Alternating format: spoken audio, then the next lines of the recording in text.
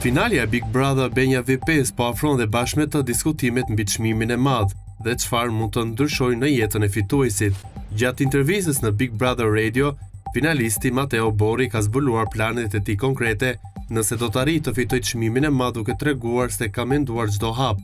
Matteo theksoi gjithashtu ambicien dhe vendosmërinë e tij për të ndërtuar diçka më të madhe në të ardhmen. Unë jam ai njeri që hap sa më shumë dyer dhe sa më shumë të përballem i përballoj të gjithë, u shpreh ai në intervistën e realizuar nga Hidi Baci.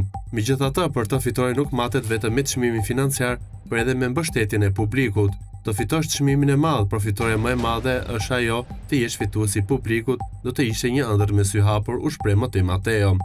Nga ana tjetër, ai dha mendimin e tij pse ai duhet të jetë fitues dhe jo Selin. Nëse kapemi te gabimet e ka bërë më shumë që në fillim tek sfida e parë gabimet me Rogertin që i ka dhënë më shumë vëmendje se ç'duhet sepse i leverdiste, u shpreh nga ana tjetër ai.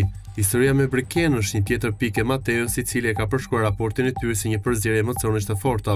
Unë kam thënë Brikenës si e pluse dhe minusi im për të vetëm arsye sepse unë si Mateo nuk cënohem në asgjë, por në momentin që ti më cënon në gjën time më të shtrenjtë, Brikena sipas tij ka karakterin e saj, ka treguar edukatën dhe nuk është askushi për t'i treguar Brikenës se çfarë duhet të bëjë ajo apo jo, edhe në kuadër të lojës.